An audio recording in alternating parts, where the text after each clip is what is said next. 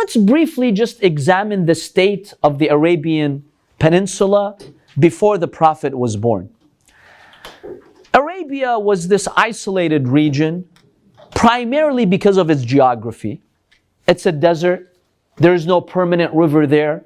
Like in Egypt, you have the Nile. In Iraq, you have the Tigris or Euphrates. There were civilizations in Egypt because of the river. There were civilizations in Babylon, Iraq, because of the rivers. But not in the Arabian Peninsula. Why? Because most of the people were nomads. Rainfall was scarce. You did not have really any rivers. It's a very rugged terrain, mountains and stones and rocks. So it's difficult to build a city. Mecca was the most important city. But around Mecca, all you had was Bedouins and nomads who would always change their location, going from one place to another place. Just, foraging for food and looking for water. So because they were isolated, they were relatively safe from the influences of the major empires of the time. What were the two major empires of the time? The Roman civilization or empire and the Persian empire.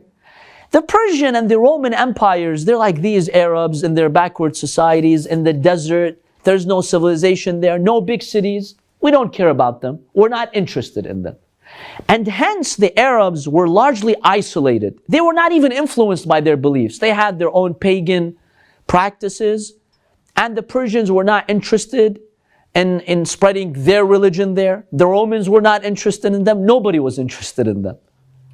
And that's why they were not really aware of all these ideas and beliefs out there. They just had their basic beliefs and ideas. So this was the state of the Arabian Peninsula. And by the way, many people, like some Jews, they came to the Arabian Peninsula fleeing the persecution of the Roman Empire. Because the Romans were Christians, they persecuted the Jews. Some of them had to flee Palestine and the Holy Lands. Some of them settled where? In Yathrib, around the city of Medina. Why did they choose Medina to settle there? So yes, they came to Arabia because Arabia was safe for them from those empires who would persecute them and kill them. But why specifically Medina? Does anyone know? It was mentioned in their books that the Prophet would come. It was mentioned in the Torah that the final messenger of God would emerge from the mountains of Medina. That's why they came and settled there. And the Quran in one verse tells us that whenever the Jews around Medina, they would be attacked, persecuted, the Arab pagans would give them a hard time, what would they say? They would say, have patience, have patience.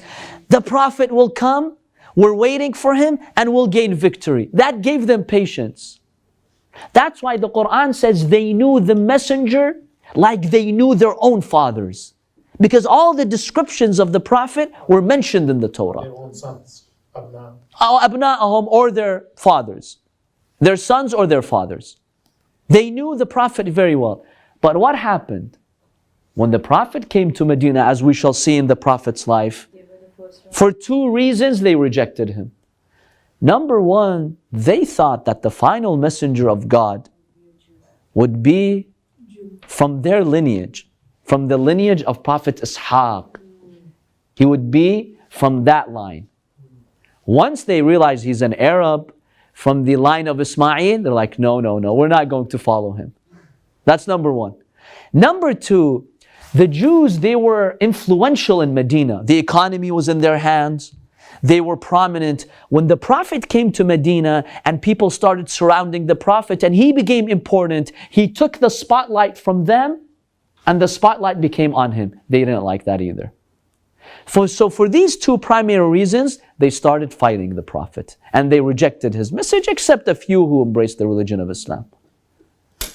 So we see that the Jewish people, they came to Arabia in that time, in that era, fleeing the persecution and waiting for the messenger of God. Now Mecca was very important at that time. Why? Because it housed the Kaaba, the symbolic house of God. Who was the one who built the Kaaba? Adam alayhi salam. Ibrahim rebuilt it, and he called the people to do the Hajj. So Mecca was an important economic and religious center. All these pilgrims would flock to Mecca to do their pilgrimage. Even the non-Arabs, Hindus would come and they would do the Hajj in Mecca. Yes, they would consider the Kaaba holy. There's a story to it. Some Persians would come. Some people from, Eastern Rome would come. So it was an important financial and religious center. And the Arabs loved Mecca. Why? Because they made money.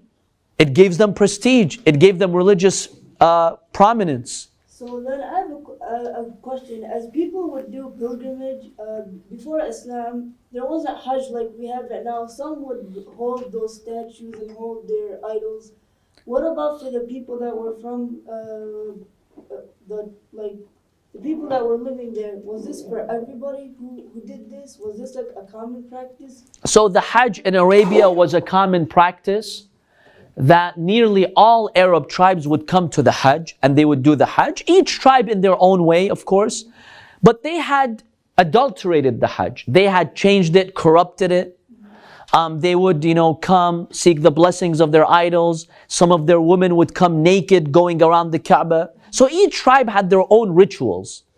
But the idea of the Hajj, that you come to the house of God and you worship God. Now they worshipped God and the idols. They ascribed partners to God. They worshipped the idols and they also worshipped Allah subhanahu wa ta'ala. The Arabs, by the way, they believed in Allah. But what they did is they just added idols and they worshipped the idols as well. So yes, the pilgrimage did exist, but not the same Hajj that Prophet Ibrahim called to. They had changed it throughout the centuries and throughout the ages.